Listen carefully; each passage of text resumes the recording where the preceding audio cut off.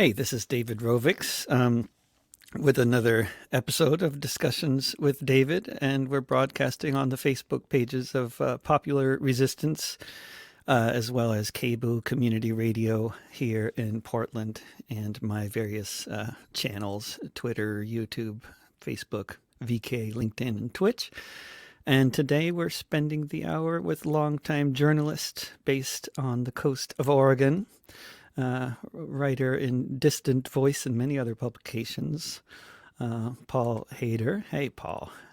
Great Hey, to have David, you how's it going? on the screen. All sorts of exciting developments around here in this living room. So, Paul, how long you been in Oregon? You came out originally from the Midwest, did you?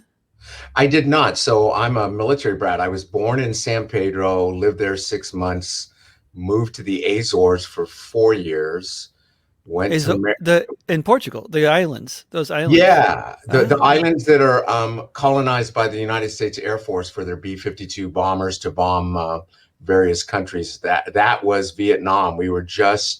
I was born in 57, so my dad was helping the French transition from getting their butts kicked by Ho Chi Minh to the Americans getting their butts kicked by Ho Chi Minh. Unfortunately, when Americans get their butts kicked, they murder 4 million people, like they from did the in air, Vietnam. millions of.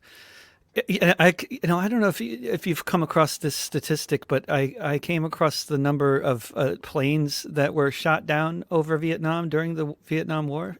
10,000 planes, and most of the people from the United States who died were in the war were shot out of combat aircraft.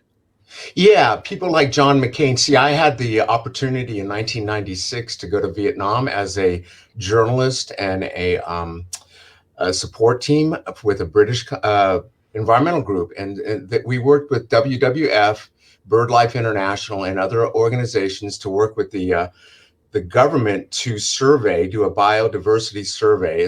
They're called transects. They're kind of famous. The transect that William Fay did in the Congo. David Quammen, a writer, covered this huge Congo transect where this American PhD just went through with porters and just barely the bare minimum of food. And the idea is to do a biological assessment of an area. So we were there collecting bats in bat caves, photographing them and letting them go.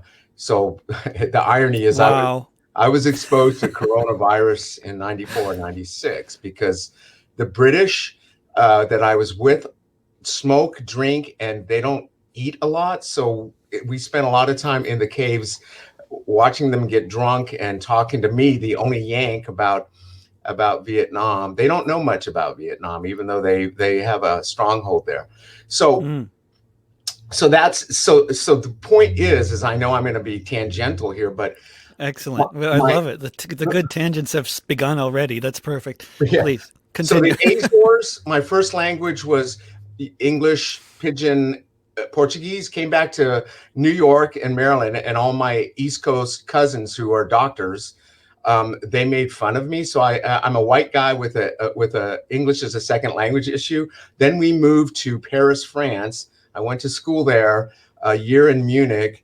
And then my mom was Canadian from Powell River, which is 80 miles north of Vancouver. Used to be the largest pulp mill in the world, owned by Macmillan Bloedel. You can wiki that, but it Oh yeah.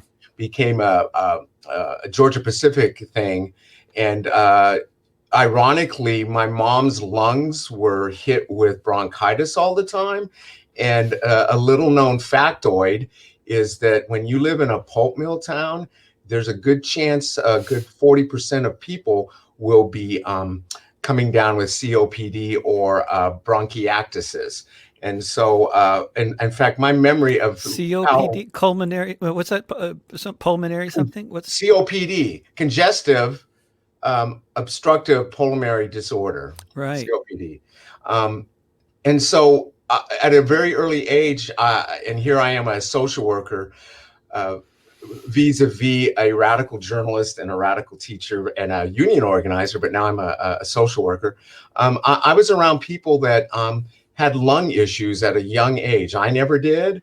I was a swimmer, wrestler, and scuba diver, but I've always been people ask, where does your compassion come from? Because you're such a socialist commie. And I said, socialists and commies are actually quite passionate. The Cuban doctors do amazing things. We just don't. Yeah.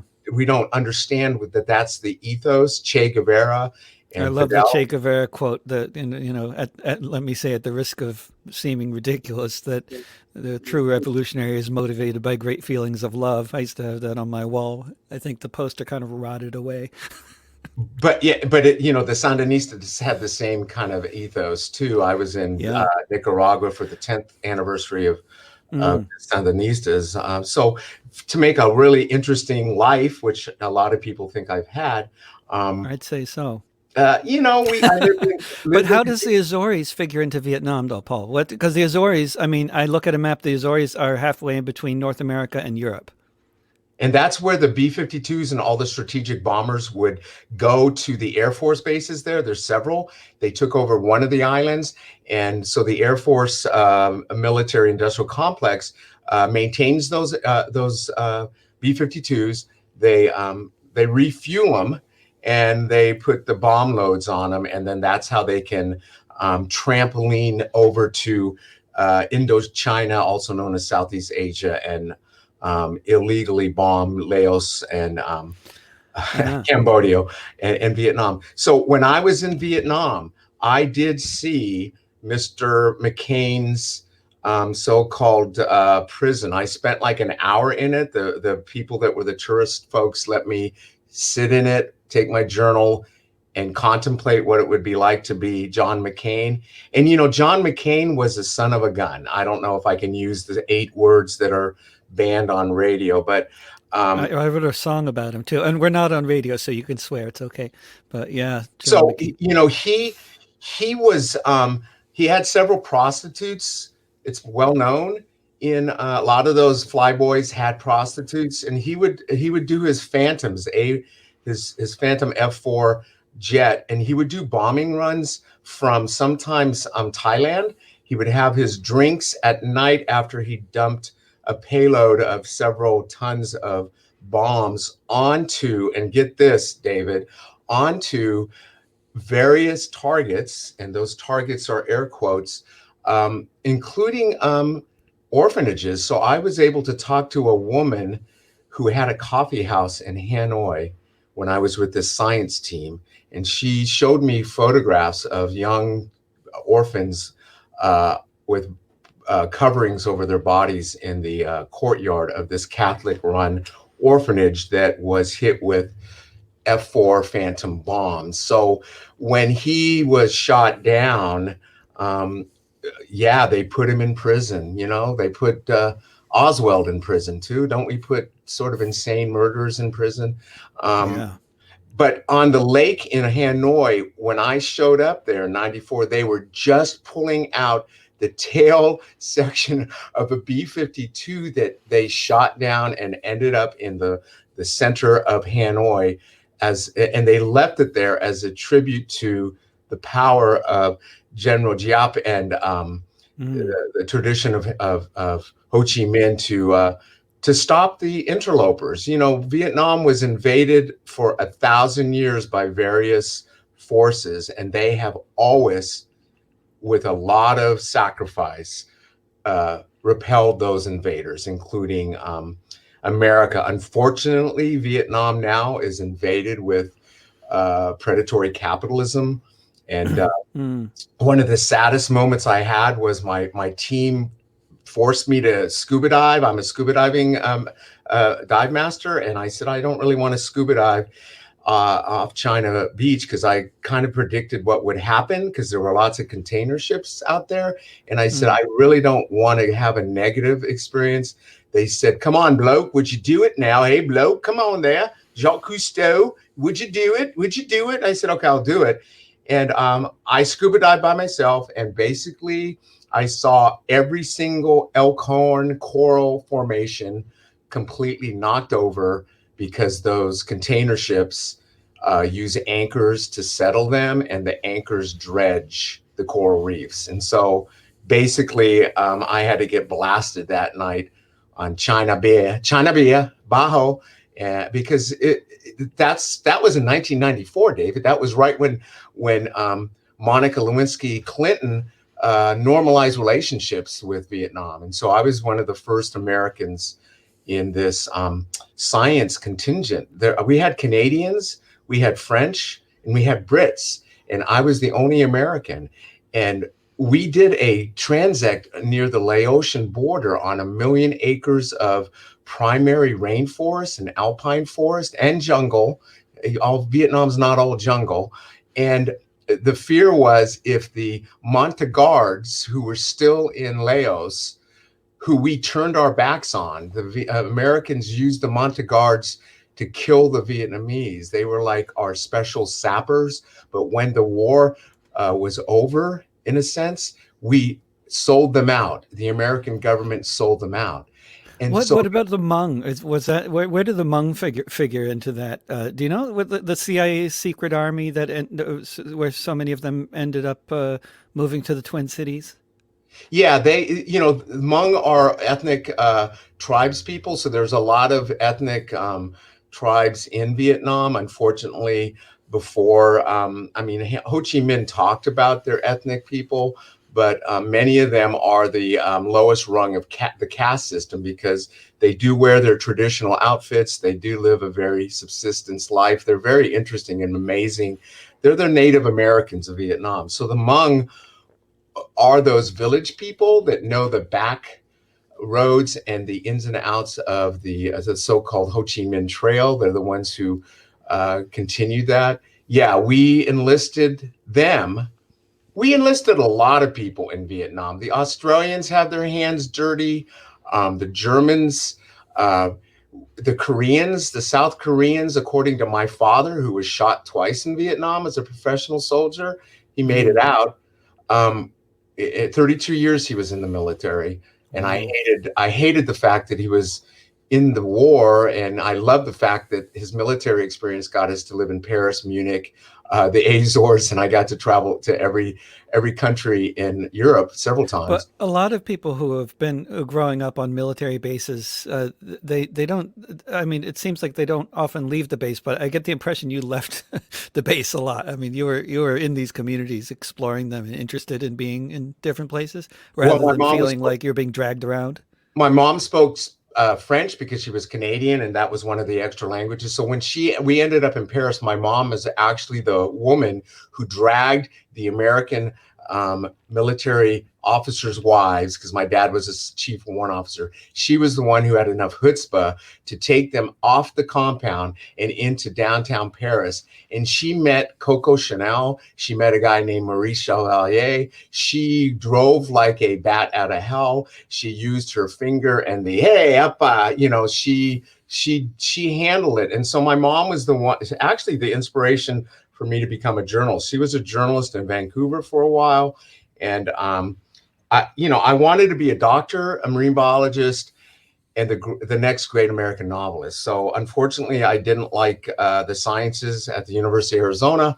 I did get a bachelor's in marine biology, but I did get a minor in journalism and then another major in writing. So I was a reporter at age 16, the University Wow. of Arizona, and we were going to talk about how the media and the press and the press and the media shouldn't be the same. Unfortunately, the media are and the press is. That's one of the things. The media is a collective group of madmen, PR spinners, K Street. You have it, but I've the never heard press. this distinction. Why? Where's the distinction between the two words? Yeah, Well, I mean, I'm interrupting you, but explain it. What is this distinction? okay, so the media are. So when you're an AP style book person, when you write the media in a sentence, you have to use the plural are, because the media is a collective noun of everything from marketers to professional journals to internal memos. It's the media, TV, it includes entertainment. The press is what we have as Pulitzer and Zinger and Hearst, and it goes back to England. It's the press, the physical pressing of the newspapers, the broadsheets. So the press is only the journalists. Now the press can also have an op-ed page. We know the press has a newspaper has advertising, but it's still the journalist side of things. The media is the whole collective. The medium is the message. I would say McLuhan meant the media is the message. But the press, which I.F. Stone, he's one of my heroes, I.F. Stone. My mother subscribed to I.F. Stone's Weekly, so I was reading that from very early age. Yeah, and so I mean, I was young, getting influenced by people like I.F. Stone in Arizona, working on stories about immigrants coming over from Guatemala and Salvador into Tucson because we had an underground railroad. So I'm already primed at age 17 to deal with the Obama wall, and the Clinton, and Carter is the one who started the wall. So I was already primed. I lived in El Paso. I was a reporter in El Paso for the Times and the Post. Starting when? So when did you first work in first of all, as soon as you mentioned your mother, your Canadian accent really came out. I thought that was, I want to replay that and see if that was actually real or not. Well, you But got a Canadian accent. Actually, you're in Midwestern Chicago or something. that's at least I think my accent comes from just spending half my adult life outside of the country. I mean, it just, I think that's what happened. I just speak more clearly than I used to because of needing to be understood by people who speak English as a second language all the time. Do you feel like But you're an alien sometimes because you have spent so much time outside the country? Before I let you answer, America, in terms of the first world, the so-called first developed world, has the lowest number of people that have passports. So while we think Americans travel a lot, they just get drunk in Baja. They don't really travel. So do you feel that at times your half your time in other countries makes your conversations and your narrative context a bit askew when you talk to people? And I know leftists are leftists, but you talk to more than just leftists. Tell no, me. big time. It really, I mean, yeah, definitely, yeah. Spending so much time traveling, I think I've asked this question of others, and I want to hear your answer too. I feel kind of at home everywhere and nowhere at the same time, and I think that's a common affliction. And I think that's why, for sometimes like, you can see why journalists and touring musicians and traveling college recruiters end up becoming friends with each other and hanging out a lot. Like they tend to understand each other because even if they're in really different professions, they travel a lot and internationally, and that just does things to your whole orientation. And then yeah, I think you tend to feel. I mean, I tend to feel sort of both at home everywhere and nowhere at the same time. It's that alien feeling for sure. Yeah. What about you? Well, the thing is, I didn't become a Chris Hedges or a famous journalist. So my journalism was pretty backpacky. I got $400 or $500 checks a month to go to Mexico for the El Paso Times, and the El Paso Times was owned back then by Gannett, another evil monopoly. And so I got these rudimentary checks, and I could live like a king in Mexico and Central America. But my job was to go to every single Mexican state. There are 31 states in Mexico, and do a story about something significant about that state. Because during that time, Mr. Gavin was Reagan's ambassador to Mexico, and he was spewing how every place in Mexico was dangerous, and he had a State Department warning for Americans not to travel. And so I traveled in a pickup truck with scuba tanks and a couple manual typewriters, long scruffy hair, really sort of looking like a surfer boy, and my little Prenza press tag. And I was given the tour in small villages. I was given the tour by tourist officials. I hung out with governors. And so my job was to find something in each state that would promote the fact that Mr. Gavin was full of shit. And it was to be an ambassador of a country and say those things when we're talking about the 80s, David. We're not talking about Wow. El Chapo time. We're talking about barely the Columbia gold coming into Mexico. We weren't talking about fentanyl. We weren't talking about the huge meth and cocaine distribution centers, and for him to do that, for Mr. Reagan, a terrible, felonious human being, when he was with the Screen Actors Guild, turning in members of the Screen Actors Guild like Lloyd Bridges and Cliff Robinson. He was a narc.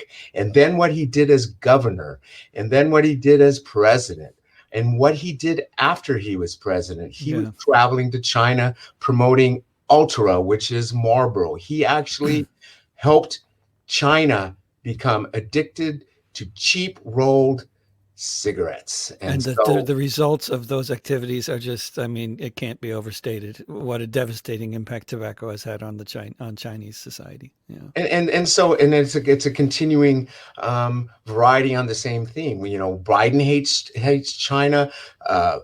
Condoleezza Rice hates China. Susan Powers hates China. Trump hates everybody.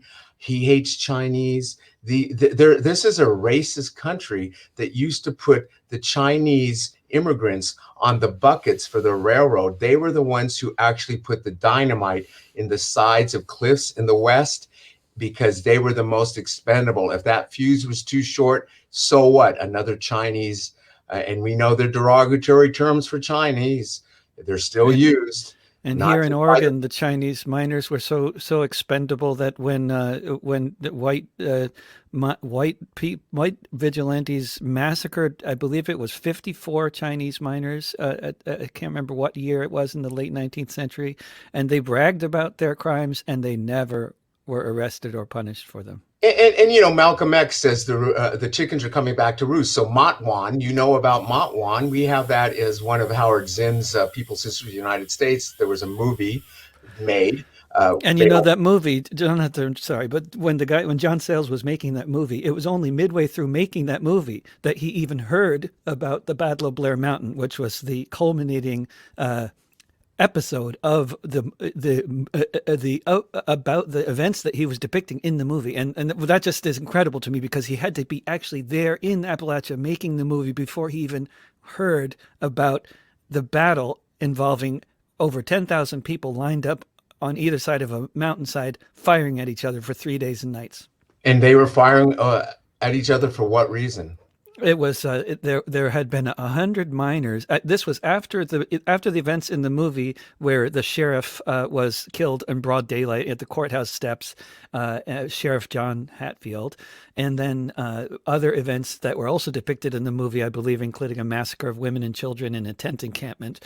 After those events took place, and then 100 miners Union miners were arrested and held without trial indefinitely in the town of Mingo for being union organizers.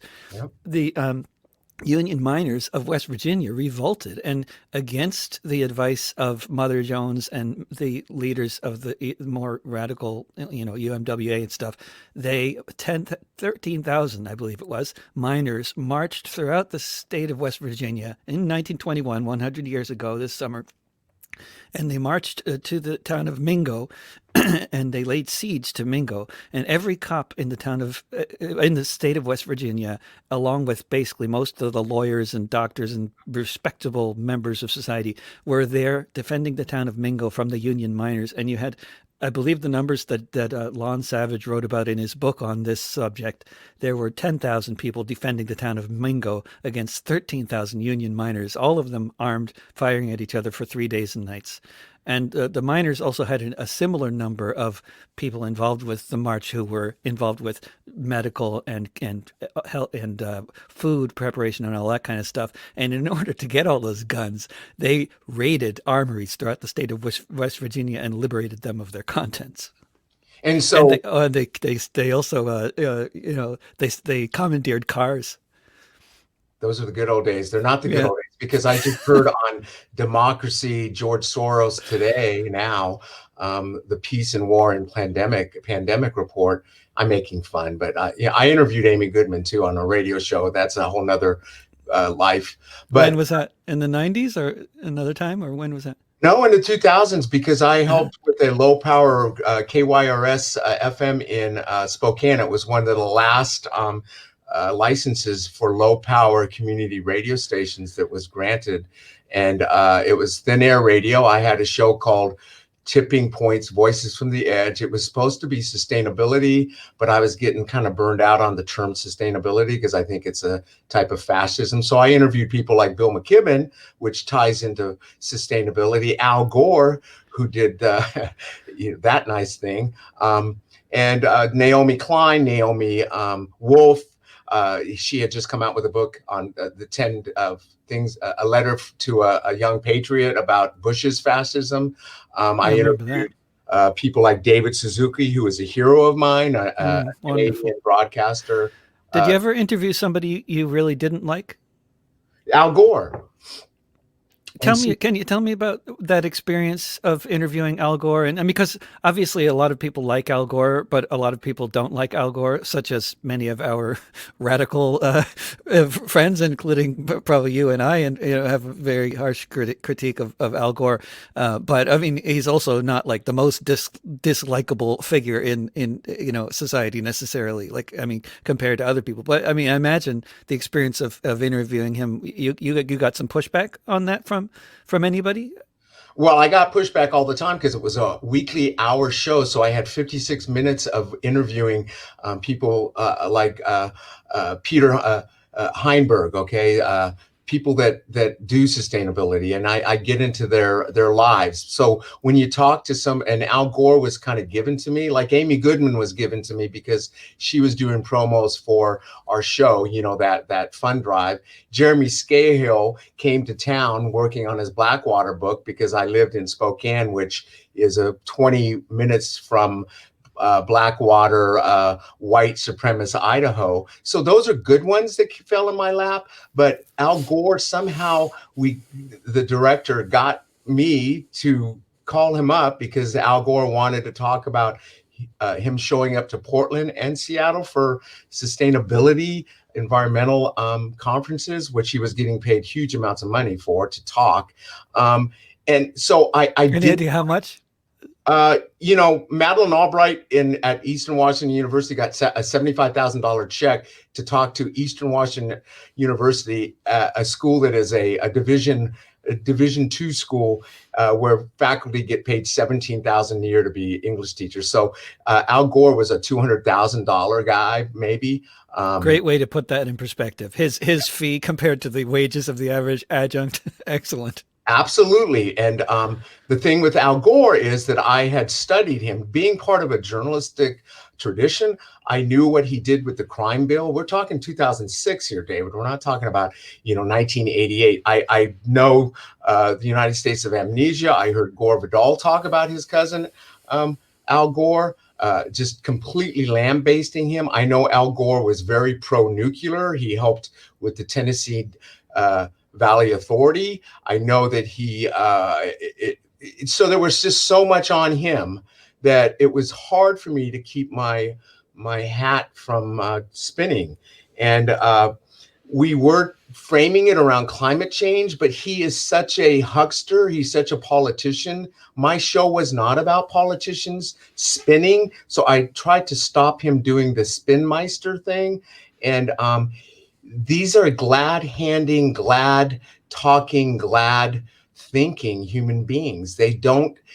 We think that they are in the powers or the halls of power, but they are part of the Peter principle, which is the more incompetent or unknowledgeable you know about a profession, the quicker and higher up you get promoted. And so becoming a vice president is not something you need to put on your resume. You don't have to pass a test or a battery of tests like my clients have to when I get them jobs, they don't have to take a personality test like a lot of my clients in Portland had to, who were trying to get jobs through me as a social worker.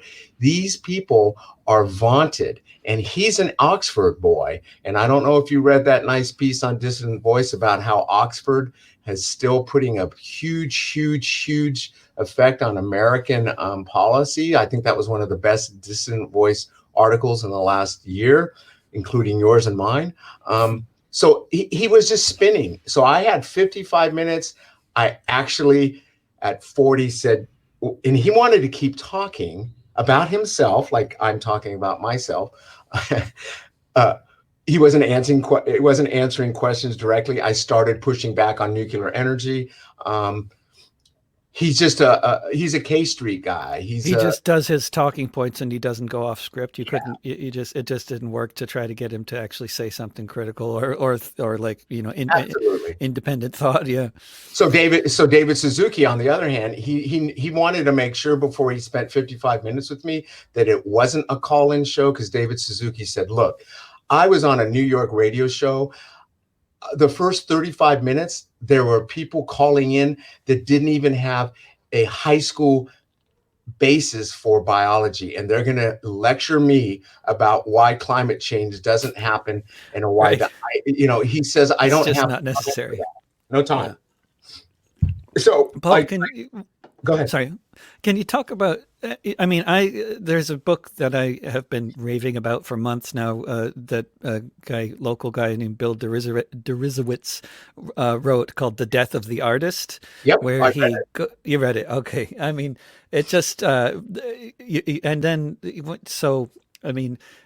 your actual career trajectory spans several different major sort of epochs, I guess you could say, in terms of like how journalism and publishing and other industries that you've had some involvement with or attempted to have involvement with, like these industries have all changed in radical ways, and now I would say in many ways you could call them collapsed industries. I would say, at least, the music industry is about 20% the size that it was 20 years ago. So I think the word collapsed is fairly accurate to describe that that state of and I think it's pretty much the same kind of thing with, I remember, and I guess you would have been on the ground floor of this, at least you were actually a working journalist at the time, when Reagan came to power, and this is something I've hardly talked to anybody who actually sort of recalls firsthand. But when Reagan came to power, one of the first laws that he passed had to do with local commercial radio stations no longer had to maintain any kind of a local news department, and basically within days, 5,000 radio journalists across the country were out of work. That's before the internet, right? So I would say, that one. Yeah. Can you talk about the different periods? Because like you were talking about how backpacking and making $400 a month, and I think, having done sort of music on a similar basis, I think that's a fascinating way to see the world, much more interesting than staying in 5-star hotels and all that, But it's also like, you talk about doing journalism and getting paid a monthly wage. Like for so many people now who do journalism, the very concept of not being a gig economy worker and having any kind of a monthly wage, it sounds like a wet dream. Yeah, and so when I would work for the Tombstone Epitaph. So the University of Arizona had a lab newspaper in Tombstone, Arizona, and we had an office in Tombstone, and we did a monthly newspaper for the community. And so we reported on Wilcox County and that whole area of Arizona, which is completely unique and great. It's got the Center for Biological Diversity is down there. There's cowboys. There's all sorts of interesting people, the history of Boot Hill. And then we had the Arizona Daily Wildcat. It actually published 6 days a week. So we actually were not connected to the J department. We were doing our own thing, reporting on the university and the city. And we were actually muckrakers like I.F. Stone and great journalists ask us to be. So it was a very rarefied moment, but at the same time, that J degree, there were still two or 300 newspapers around the country dying each year. Now those are weeklies and monthlies where you can eke out a decent living, not decent, but you can at least be part of journalism. Of course, all our goal was to get to the LA Times, the big city papers, but that was just for a group of elite people. And so here I am getting a degree when we know that the news business was collapsing. The I worked for the Tucson Citizen. The Arizona Daily Star is the morning. The Citizen was the evening. 138 years in production, and they died. I ended up in El Paso working for the El Paso Herald Post. Pictures of Pancho Villa. Before Pancho Villa, they covered all sorts of cool stuff. They died, and the El Paso Times, the morning paper, continued. So there were things called the Joint Operating Agreement, where presses no longer were in the news. The particular newspaper they shared with, say, the Gannett would charge the Tucson Citizen to print their paper, even though they were competing newspapers. And, to bring this back to the chickens come home to roost, I just heard 2 days ago that the Eugene paper is being sent to Vancouver to be printed.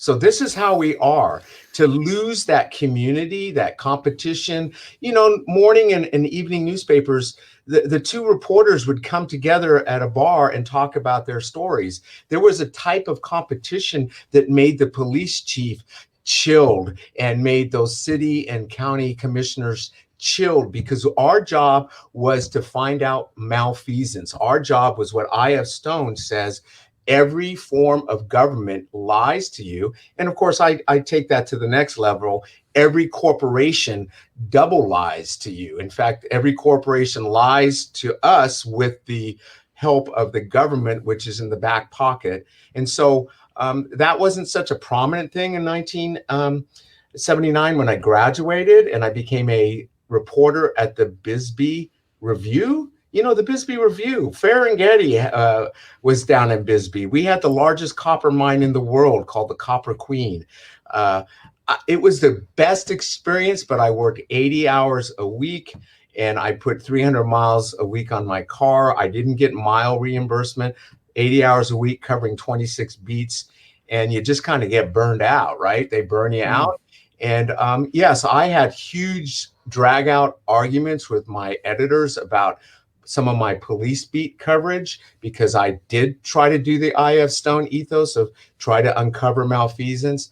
I interviewed Jesse Jackson. He came down there because there was a place called Miracle Valley, which was owned by African Americans, and they had their own sort of primitive community down there in that neck of the woods. I was on a plane with Governor Babbitt as one of the press pool people and interviewed him. I was there for the first drug tunnel in Naco to Douglas that was actually publicized in Time magazine. And then I was also there as a reporter for 13 Salvadorans who were found dead in the Organ Pipe Cactus National Monument. So I was there when this was happening under Reagan. And so,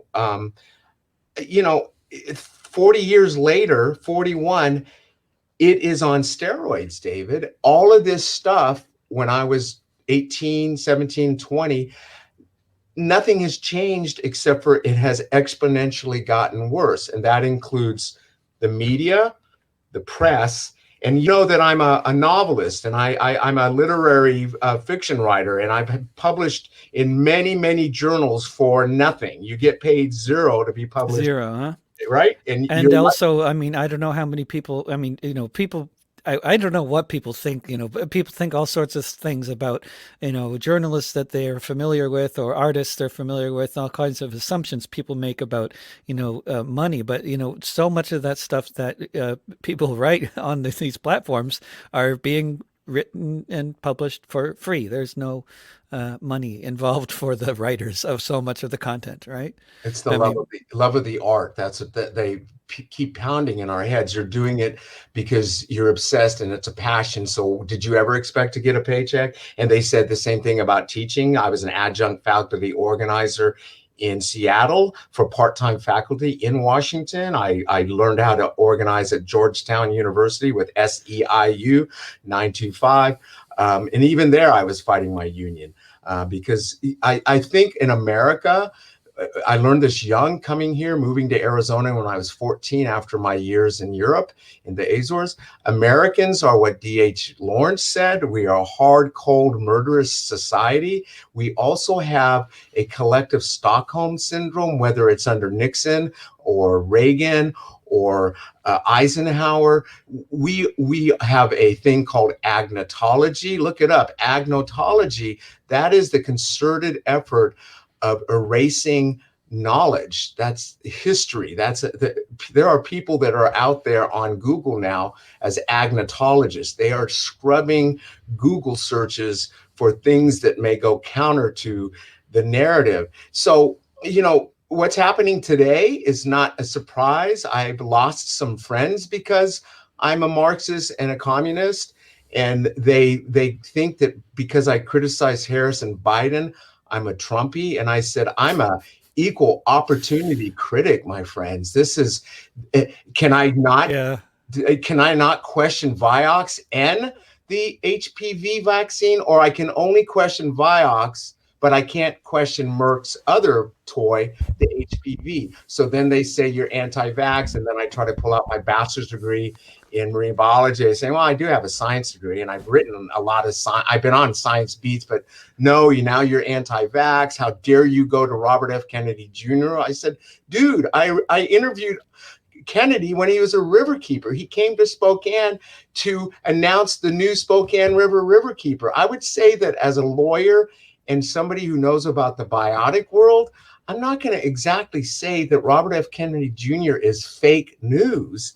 But nuanced thinking is just not part of the picture these days, is it? I mean, it's gotten a lot worse, hasn't it? I mean, in terms of like, I mean, it's not. I hate to be one of these people talking about like, times being better at some point, because I mean, so often that's just in many ways, wishful thinking in terms of like, I mean, you hear like in the Congress, you politicians say, well, the two parties used to get along better. I certainly don't remember anything like that. I mean, they get along great when it comes to, military spending, and they always argue about other things. And that's always how it's been. And I don't see that, I mean, maybe in last week that was a bit of a departure from the norm, or 2 weeks ago, but yeah, anyway, it's, it's, well, there's a lot of great writers who've lived in China, speak the language, and they'll never be on any administration's China policy. You can have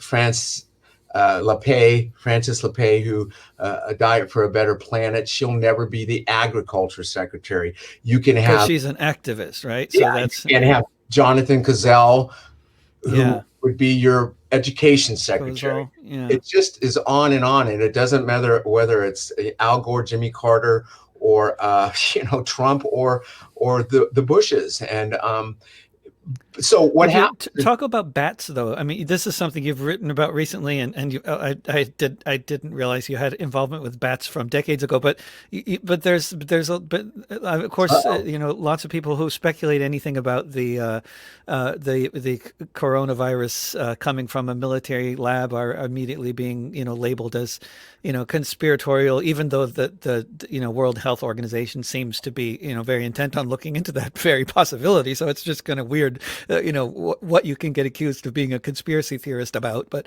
I mean, I guess there's, politics behind any position potentially, unless you're just trying to figure out, reality, like from a scientific perspective, like where the virus actually originated and that sort of thing. But is this has been on your radar recently in terms of some recent stuff you've written? It has, because I did do the studies, and I'm not really a big proponent of little children getting 35 vaccinations by the time they're 15. But when I went to Vietnam, I had to have a vaccination passport. I had to have yellow fever, the the community I work with said I had rabies vaccinations because they knew I was going to be touching civets, which are a type I of mean, raccoon. doesn't And yellow fever, I believe, kills 1 in 2 people who get it, right? So, I mean, right, it's like it's really good to get a yellow fever vaccine, right? it is. And are there side effects? Well, there's side effects to Cheetos, and they're legal. Um, Yeah, exactly, right. Really big side effects to getting yellow fever too, that's right. like It's death. sort of like your fingers get yellow from Cheetos, and you might want to find out if you're jaundiced at that point.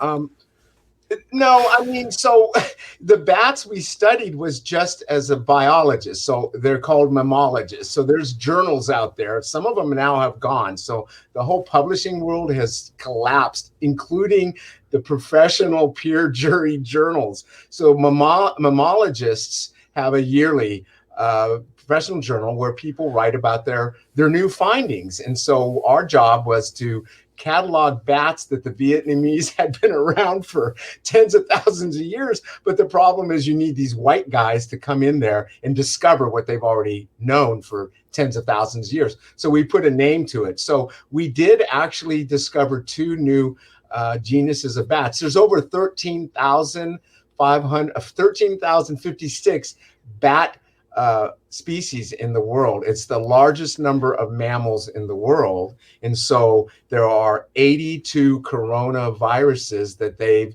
isolated in bats. And when I say they, that is Fort Detrick, Plum Island, and DARPA, and many, many other military installations have already been studying the SARS-CoV-2 as a potential bioweapon. That is in the public record. It doesn't take a Trumpy tinfoil hat person. It's there, David. But when you have those conversations with greenie weenies or liberal lights, they can't handle many different opposing viewpoints at one time. That's called counterintuitive thinking. It's also called systemic thinking. It's also called holism. They just can't dig it because what happens is Americans get into a corner. They say, see no evil, hear, speak no evil, because if it's too much for me, I'm going to get GAD, general anxiety disorder. I can't take anymore. I'm up here. My glass is overflowing. And my glass is never overflowing because when I was 13, I got it. We need socialism, communitarianism. We need employee-owned cooperatives. We need to do the land right.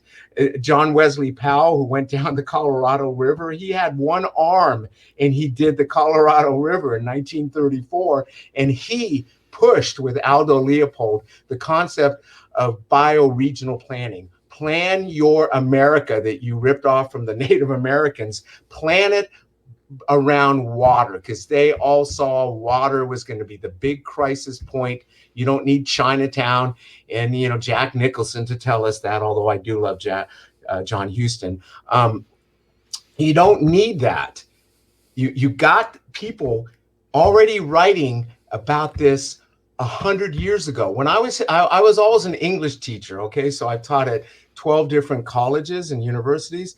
Part of my job is to teach critical thinking and composition 1 and 2, which is everybody has to take, or they used to. Now some people don't have to take it anymore because we don't care about writing is the concept now.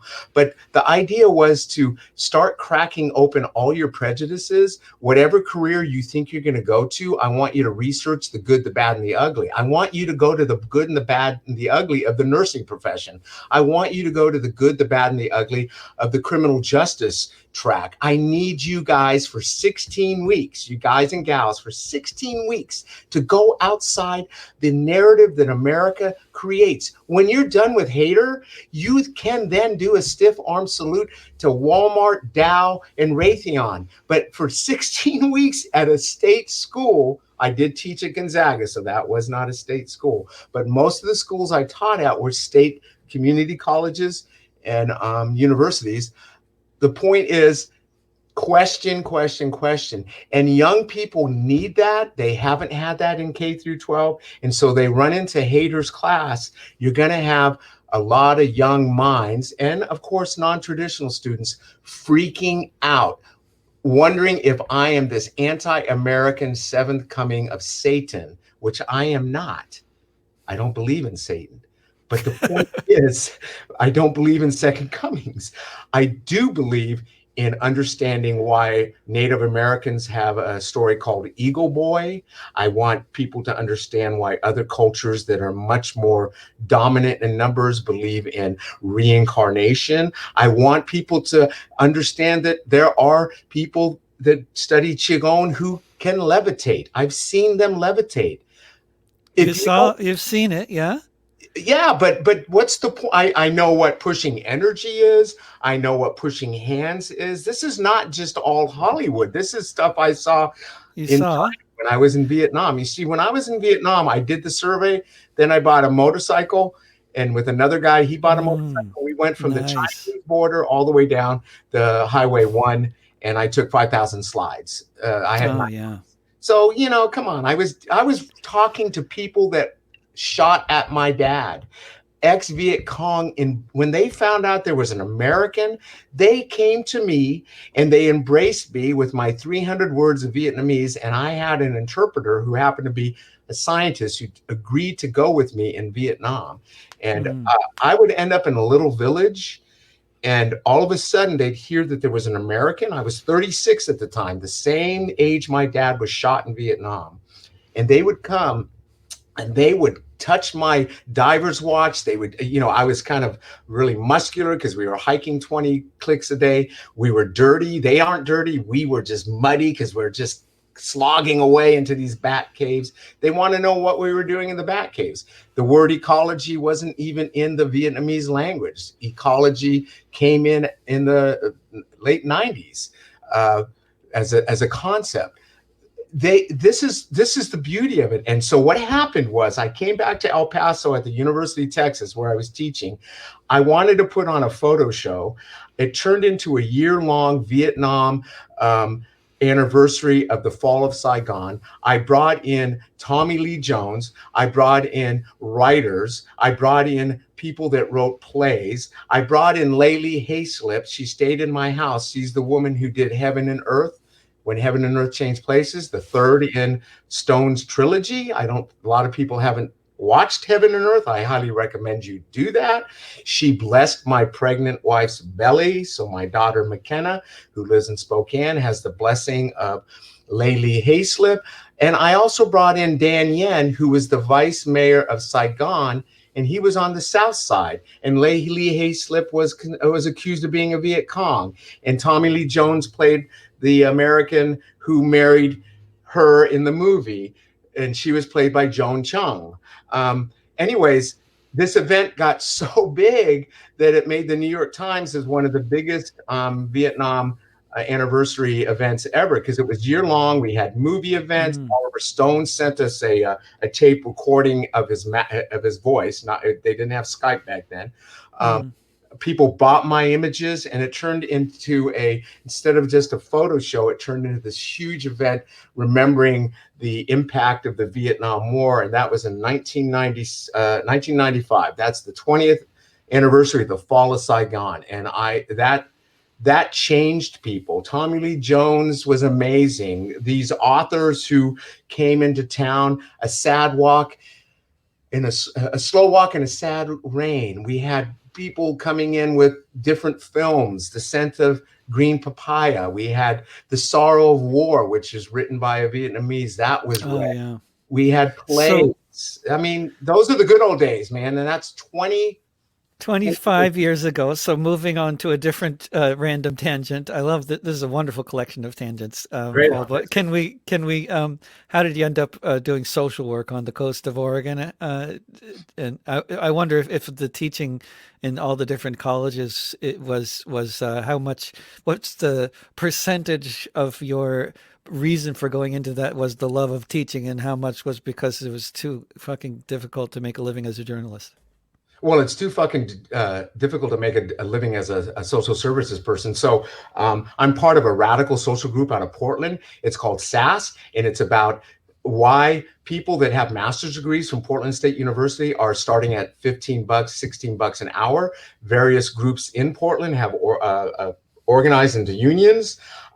So I'm going into yet another profession. Journalism sucks. Everybody wants to give me their 25 cents on what journalism is, what fake news is. Education, I did that for years as a part-time faculty in many communities. Everybody has an axe to grind against educators. I did substitute teaching, so I'm a K through 12 experienced person. They got lots of axes to grind against teachers, and now I'm in social work. And how many people have their axe to grind about CPS, about foster care, about the whole DHS system, which I'm not in, but I work with them. So But you haven't worked for the IRS yet. I haven't. And we need them in a weird way, because I believe in 90% taxation for multimillionaires, and I think billionaires should not exist on Earth. So if they want to go to an island with sulfuric acid enemas, or if they're willing to take 90% taxation on their wealth above a certain amount, then yeah, those are good options, very good options, I think. And under Eisenhower, the rich were taxed 91%. And Eisenhower's a funny thing, because he did not meet Emmett Till's mother. Emmett Till's mother asked for a civil rights investigation of the death of Emmett Till. He didn't even answer her letter, even though 200,000 people around the world were appalled by Emmett Till being murdered by those racist white people down in the South, who have not changed one bit, because they're still around and they're in the Portland Police Bureau. And when I was in Seattle working for a street newspaper, remember, I still write for Street Roots, and I did write for a newspaper in Seattle. They are still wearing their swastikas and their Aryan Nation tattoos as we speak today. So Eisenhower, he also he was a guy that shot at National Guards who were the protesting wages. He wasn't the shining armor kind of guy. And, that's the problem with greenie weenies and liberal lights. Well, what do you want? Perfection. And, to be honest, I never participated as a mercenary. So I don't have a mercenary story about how I saw the light. Like some of these people, I confronted G. Gordon Liddy at an event at the University of Texas, El Paso. He was lying on stage. Our university paid for this felon.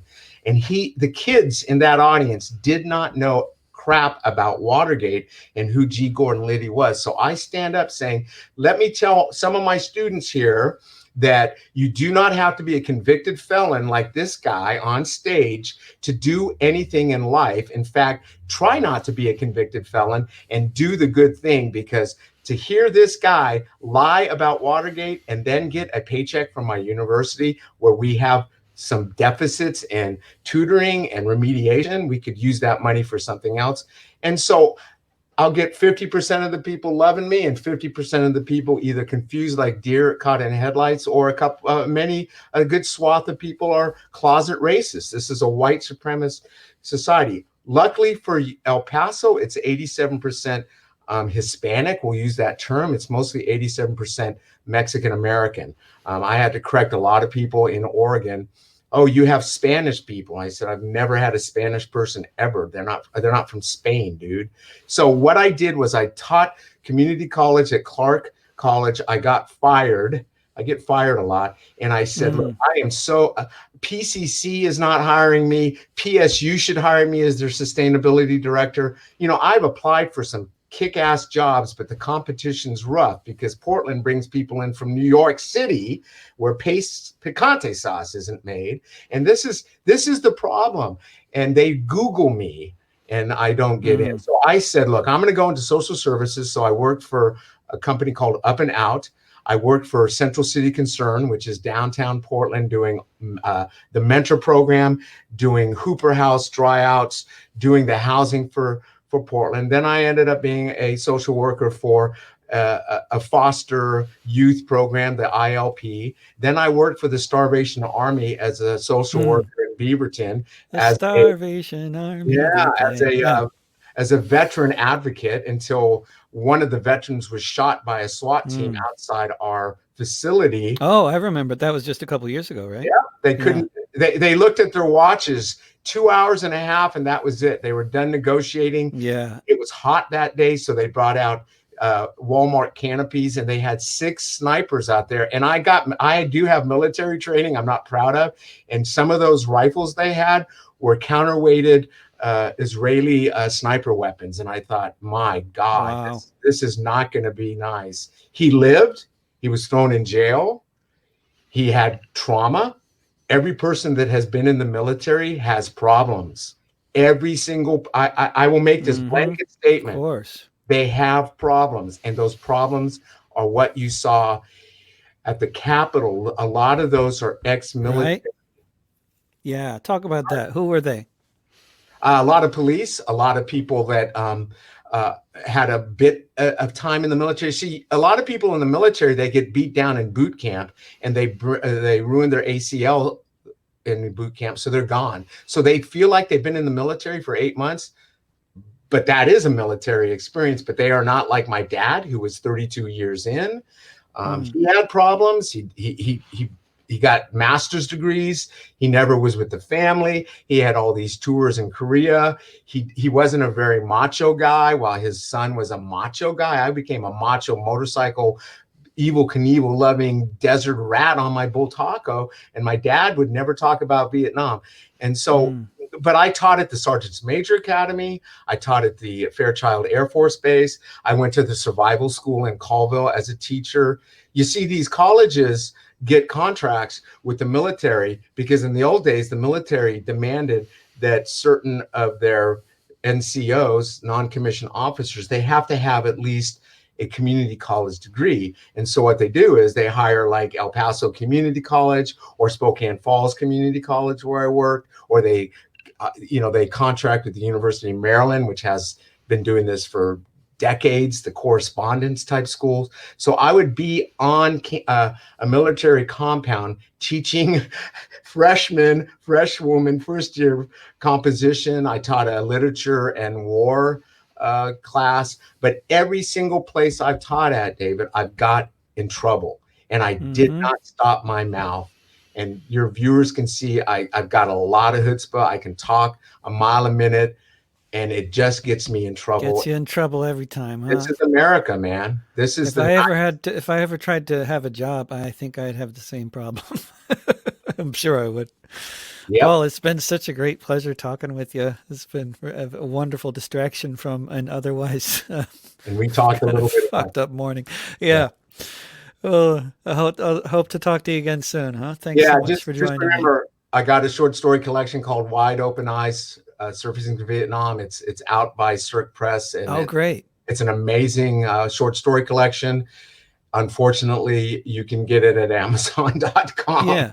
And it's your short stories? There are short stories that are thematically threaded by people who have some connection to the Vietnam War. There's stories about homeless people. I've got some crazy stories about Bisbee Bob, a guy in Bisbee who lives with chimpanzees. It's all it's real high literary art, and it's Eyes Wide Open. Yeah, you said Eyes Wide Open, resurfacing from Vietnam. Great. And my mother actually spent a whole bunch of time in Vietnam over many years, and mainly working with classical musicians there. And she actually introduced a lot of German classical music to the opera singers of Hanoi, actually, which is because they kind of skipped the German stuff in their education. It was a lot of Russian and French, and so yeah. But and she actually helped with the perfecting the English on the translation of General Giap's memoir while she was there. Sweet. But yeah, thank you so much, Paul. I'll talk to you again soon, I hope. We'll talk. We need to collaborate on an article together one of these days. Oh, let's do that. That'd be great. Back and forth, kind of a dialogue with the readers, not with us. That'd be fun. Yeah. I'd love to do that. Yeah. Okay. Ciao. Good. Ciao. Take care. Ciao. Adios. Chicks afuera. Ate guacho. And what's the thing in German? They say choose. All right. Well, thanks for listening to this episode of Discussions with David, which you can find archived on my YouTube channel in the Discussions with David playlist. And you can also find it in podcast form if you look for This Week with David Rovics, wherever you get your podcasts, or go to davidrovics.com/thisweek. Yeah. And I'll be back on Friday, I believe, to talk with a brilliant photojournalist from London, Guy Smallman, who put together a wonderful collection of photos from 2020. And we're going to talk about 2020 and look at photos. Okay, take care. Remember, mutual aid will get us through. Don't pay the rent. Trust your neighbors. Bye for now.